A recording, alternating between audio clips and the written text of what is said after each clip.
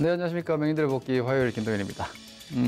우리 지난주에 만기 포지션에 대해서 말씀을 좀 드렸고, 만기를 앞두고 있기 때문에 시장을 조금 눌러놓겠지만, 만기가 지나가면은 시장 눌림은 일단 해소가 될 것이다. 이렇게 의견을 드렸죠. 뭐 그렇게 나왔습니다. 지난주까지가 어떤 파생 쿼드러플 만기로 인한 시장의 좀 인위적인 눌림이 좀 강했고요. 그림부터 일단 조금 보시면서 말씀을 드리면은, 여기서 이렇게 저항 만들고, 사실 해외 시장에 비하면 우리 시장이 좀 많이 약하죠. 이렇게 눌러놨던 이 정도 움직임은 지난주 만기 영향이었다고 좀 볼 수 있겠고요. 만기 해소시키면서 반등이 나왔지만 삼성전자 하이닉스가 좀 둔하고 수급이 좀 부족하면서 아직까지 시장은 좀 답답하게 움직이는 것 같습니다. 예상됐던 올 상반기의 움직임입니다. 올 상반기에 작년 연말 시장이 2,000 깨지고 이런 와중에도 제가 이렇게 말씀을 드렸죠. 작년도 주식시장은요, 어떤 시세가 갑자기 나오는 경우는 잘 없습니다. 그 갑자기 나오는 경우는 소위 일시적인 변동성으로 끝나버리는 흐름이고, 특히 시장 같은 경우는 지금의 장세도 어떻게 보면 금융위기에서부터 이어지고 있는 시장이고, 미국도 마찬가지고, 우리 시장이 작년도에 급락이 나왔죠. 2008년도 이후, 금융위기 이후에 강도로서는 하방 강도가 가장 강했으니까. 그리고 급반등이 나왔어요. 그러니까 이게 뭔가 시장이 아래쪽으로 크게 출렁였기 때문에 그걸 보완하는 시간적인 소화 기간 안에 있는 겁니다, 지금도. 그래서 현재 시장에 대해서는 그렇게 좀 이해를 하시면, 지금의 영역이 주식시장의 어떤 여러 국면 중에서 어디에 위치하고 있는지를 좀 이해하기 쉬우실 겁니다. 그 점에 대해서는 제 의견을 계속 드리고 있으니까요. 참고하시면 될 것 같습니다. 일단 오늘 시장, 보합권이었습니다. 코스피가 1포인트대, 1.88포인트니까 거의 움직임이 지수가 없었다고 볼 수 있겠고, 상승 종목 수도 350개, 하락 450개. 그러니까 하락이 조금 더 체감적으로는 조금 더 약했습니다만, 기본적으로 큰 변동은 없었다고 볼 수 있겠고요. 코스닥 같은 경우에도 마이너스 0.5%, 4.2포인트 하락입니다. 코스닥의 경우에도 550개 오르고 640개 내렸으니까 반 오르고 반 내렸고, 양시장 모두 그런 정도의 움직임이었다고 보실 수 있겠죠. 코스피 지수 일단 먼저 좀 보겠습니다. 사실 지금 시장은요, 월봉 다시 한번 우리 보고 갑시다, 여러분. 제가 많이 강조드립니다. 전문가 분들이 많은 의견을 주시지만, 저 같은 경우에는 특히나 큰 그림을 항상 자주 살펴야 한다. 이게 주식 투자, 특히 매일 시장에 대해서 판단하고 고민하시는 분들이 가장 하기 쉬운 실수가 뭐냐면, 과잉 대응을 하는 거예요. 현재 시장의 작은 움직임을 너무 크게 의식해가지고 거기에 대해서 지나친 대응을 하는 이 과잉 대응들을 개인 투자들은 저는 상당히 많이 하고 있다고 보거든요. 그 과잉 대응을 막는 방법이 지금 시장이 큰 그림에서 어디에 위치하느냐를 이렇게 자주 이렇게 환기를 하시게 되면 그 작은 움직임에서 지나친 대응을 좀 막을 수가 있어요. 지금의 시장 위치는 보시다시피 여기서 엄청난 박스장이 있었죠. 5년, 6년간. 그리고 이렇게 산 하나를 만들어 놨다가 보통은 이 정도의 움직임이 자연스러운데 여기까지 깨져버렸죠. 이게 한 달 만에 내려온 지난 10월 달에 한 달간의 급락이었지 않습니까? 그러면 당분간은요, 시장은 이 봉 안쪽에서 움직이는 거예요. 이 봉 안쪽에서. 왜냐면 이게 지금 이렇게 돼가지고 하락 쪽이면요, 이거 올라오면 빨리빨리 팔아야 됩니다. 월봉으로서도. 그런데 아직까지 하락 추세로 들어가지 않았죠. 그러니까 이 상승에 대해서 뱉어내면서 이 박스 구간으로 회귀를 했다. 그러면 다시 업그레이드가 돼가지고 이렇게 갈 수 있느냐 없느냐에 대한 고민을 당분간은 하는 거예요. 그래서 상단은 2,300~400대까지 나오는 거고, 하단은 이번에 2,000포인트대가 상당히 강력하게 잡혔어요. 이게 60개월선 기준으로 봤을 때는 이 자리가 이제 한 2,160, 50 정도 됩니다. 그러니까 이 구간이 아주 강한 지지 라인이 되는 거죠. 그리고 위쪽으로는 이번에 봤던 1월, 2월 달의 고점인 2,240 이상이 가능해요. 이 공간까지 나오니까.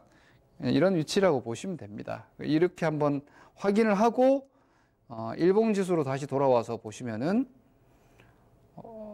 뭐 편하죠. 뭐 쉬고 있구나. 쉬고 있구나. 제가 늘 말씀드리는 게 있어요. 주식시장에서 매일매일 똑같은 강도로, 똑같은 속도로 주식 투자를 할 수는 없습니다. 그런데 사람의 욕심은 그 사람의 성격처럼 항상 이렇게 정량화 돼가지고 나는 이만큼 욕심을 부리는 사람이면 그 욕심이 매일매일 나게 돼 있어요. 그래서 주식시장은 그렇게 개인 투자자들의 큰 욕심을 늘 충족시켜 주지는 않습니다. 절대로.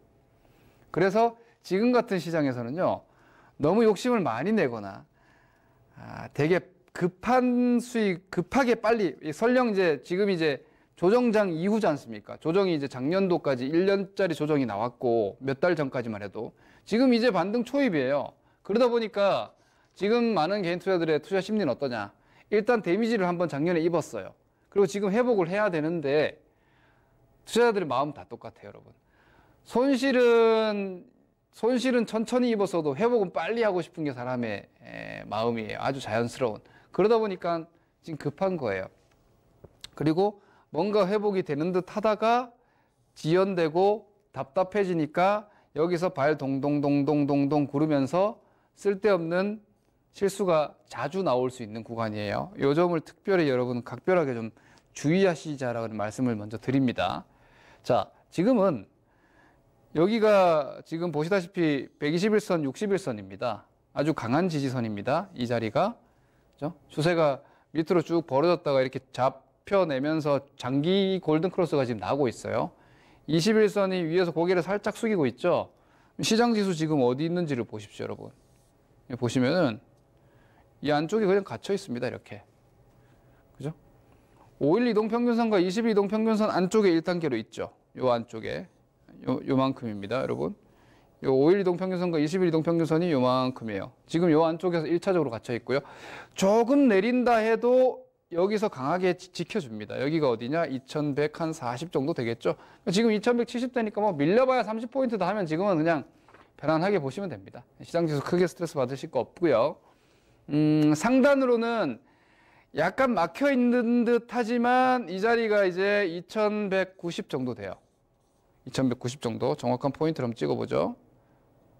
여기가 2190선 되네요. 2190선이니까 여기를 넘어서게 되면은요, 요 고점대까지 금방 또 시도할 수 있어요. 여기까지. 그러니 위쪽으로는 지금은 짧게는 닫혀 있지만 오히려 조금 살짝 열려 있고요. 아래쪽은 가깝게 닫혀 있어요. 위가 아래보다 크니까 기본적으로 지수 국면은 보유 및 매수가 맞고요. 크게 봤을 때는 2000 여기 300대 400대까지 위로 크게 열려 있고 아래쪽에서는 2100대가 강한 지지 라인이니까 리스크 이만큼, 리턴 이만큼이니까 지금은 지수는 보유 및 매수 국면이에요. 다만 여러분들이 주의하셔야 되는 게 보유 및 매수 국면인데 느려요. 20선이 누워 있죠. 120선이 누워 있어요. 60선이 누워 있어요. 기본적인 추세 각도가 없어요. 그러다 보니까 왔다 갔다 이렇게 단계적으로 움직이는 거예요. 이런 1월달 같은 화끈한 시세가 계속 나올 수는 없는 거거든요. 이런 식의 시세가 나오기를 바라지만 이렇게 쉽게 안 나오고 등락을 거듭하면서 과정을 거치면서 나온다라고 생각을 하시면 되니까 지금은 서둘러서 답이 나오지 않는다. 다만 포지션은 괜찮다.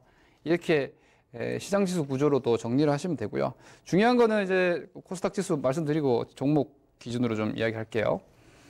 코스닥은 상대적으로 지금 코스피보다 지수 구조가 조금 나은데 21선 우상향 구간에서 이렇게 지키고 있는데요. 그냥 말 그대로 그림만 지키고 있을 뿐이지 이것도 뭐 여기서 넘어가고 있지 않으니까. 주식은 간단해요, 여러분.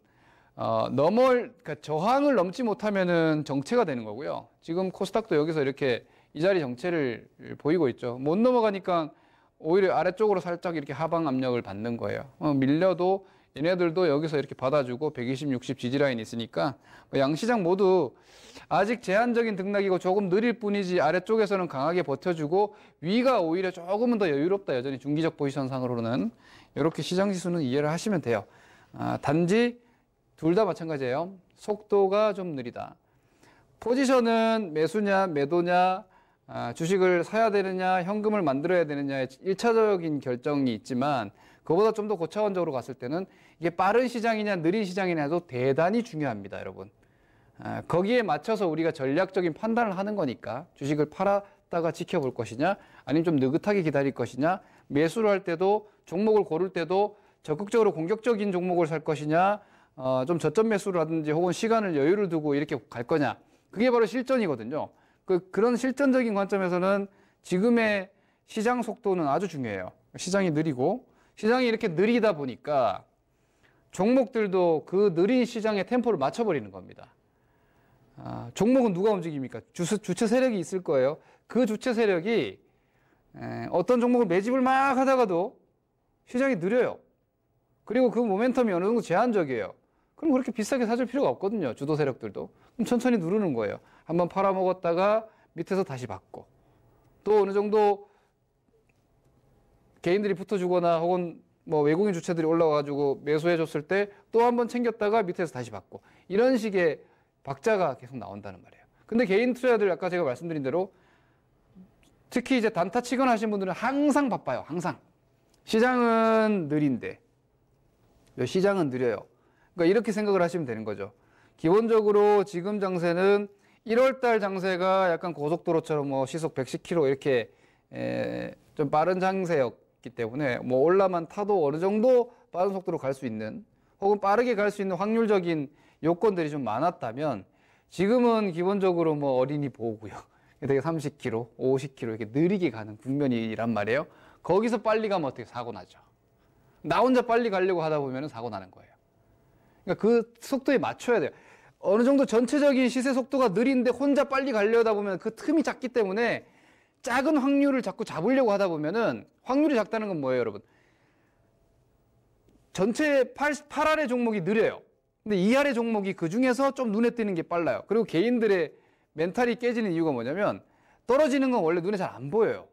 내가 안 가지고 있을 경우에. 내 거 아니니까 상관없단 말이에요. 하지만 사람은 질투의 화신이기 때문에 내가 안 가진 종목이 떨어지는 건 나랑 상관이 없지만, 내가 안 가지고 있는 주식이 올라가는 거는 막 그것만 보이고 그게 욕심이 나기 때문에 사실상 10개 중에서 한두 개만 튀어 올라가는데도 그 한두 개를 갖고 싶어 미치겠는 거예요. 그래서 확률은 20%도 안 되잖아요. 그러니까 그 적은 확률에 베팅을 해버리는 거예요. 반대로 얘기하면 질 확률이 80%라는 얘기죠. 지금은 그렇게 빠르게 속도를 추구하면, 이런 시장이라는 걸 지금은 스타일 자체를 좀 이해를 하고 보시면 좀 여유를 가지고 볼 수 있어요. 그리고 기본 구조는 상방적으로 여유가 열려 있으니까 그렇게 보시면 됩니다. 수급은 오늘 뭐 큰 특징이 없으니까 넘어갑시다, 여러분. 간단하게만 말씀드리겠습니다. 코스피도 기관 외국인 팔았죠. 코스닥도 기관 외국인 팔았습니다. 전체적으로 봤을 때는 지금 보시면은 일별로 제가 늘 이렇게 보여드리죠. 코스피 기준으로는 외국인들 오락가락합니다. 샀다 팔았다 하고 있어요. 예, 팔았다가 샀다가 팔았다가, 이게 44원 정도의 수준이기 때문에 외국인들은 지금 뭐 포지션이 강하다고 볼 수 없을 것 같아요. 기관들도 이건 좀 비슷합니다. 저 6천억대는 뭐 만기와 연계되어 있는 물량인 것 같아요. 이 6천억대. 기본적으로 외국인들이 이렇게까지 살 필요가 없고 이 정도의 포지션 구축이 아니었기 때문에, 이게 뭐 비슷하면 양쪽에서 이렇게 산 거 팔고 뭐 판 거 받고 이렇게 왔다 갔다 교차, 그냥 물량 떠넘기기 왔다 갔다 하고 있는 상황이기 때문에 수급은 큰 특징 없습니다. 지금은 그냥 시장이 오락가락 하듯이 수급도 지금은 그렇게 움직이고 있다. 그래서 장세 전체적으로 지금 좀 늘어져 있다, 이렇게 볼 수 있겠습니다. 그럼 종목은 어떻게 되느냐? 계속 말씀드린 삼성전자 하이닉스가 중요하다 했습니다. 자, 그런데 여기서 삼성전자 하이닉스가 조금 둔해졌습니다. 시장보다. 기본 구조는 비슷해요. 예를 들어 지금 삼성전자인데요. 삼성전자가 여기 보시면은 120일 60선 골드 나와 있고, 골드 시도하고 있고, 20선 아래쪽에서 여기서 움직이는 거는 지수랑 똑같아요. 그죠? 그런데 시장 지수는 지금 단기적으로 여기 와 있습니다. 여기. 그러니까 아주 살짝 지수보다 쳐져 있습니다. 이 정도의 그림으로 추세적으로 삼성전자 하이닉스가 이제 시장의 중심주가 아니라고 얘기하기 좀 힘들 것 같아요. 그러니까 아직은 지수가 이 삼성전자와 하이닉스의 이 지배력에서 벗어나고 있지는 못한 것 같아요. 그러니까 어차피 지수가 여기서 움직이면 또 삼성전자 하이닉스가 어느 정도 움직일 거라는 거예요. 그리고 오늘 어제 뭐 이런 구간에서 삼성전자 하이닉스가 좀 둔했을 때 뭐 화학주가 위에 탁 받아서 쳐준다든지 이런 어떤 좀 스케일 큰 자금의 움직임이 다른 업종 쪽에서 뭐 2차 전지 쪽에서 뭔가 나왔다거나 혹은 바이오 쪽에서 강력한 액션이 나왔다거나 이런 그 하나의 시장을 좀 끌고 나갈 만한 대형 업종 종목군들의 액션이 있었다라면 이건 이제 지금부터 이제 차별화로 갑니다. 장세가 지수가 안 움직이더라도 여러분 종목 매매를 좀 공격적이고 적극적으로 해도 됩니다. 이 얘기는 차별화는 제가 뭐라 그랬어요? 안 움직이는 종목을 과감하게 손절하고 움직이는 종목으로 추격 매수라도 해가지고 그 차별적인 시세를 편승을 해야 되는 거예요. 차별화 장세는 그러지 못하면은 뭐 그냥 손가락 쭉쭉 이렇게 빨아먹고 있어야 되는 거예요. 아무것도 못해요. 장이 어떻게 움직이든 간에 나랑 상관이 없어 버리는 게 바로 차별화거든요. 차별화의 의미 자체가 차별적인 시세가 나오는 몇몇 개만 올라가니까. 근데 그런 정도의 움직임이 나오기에는 아직도 삼성전자와 지수와 기본적인 국면이 같고요. 그리고 오늘 이 삼성전자와 하이닉스의 상대적 약세를 받아준 업종이 없다는 거예요.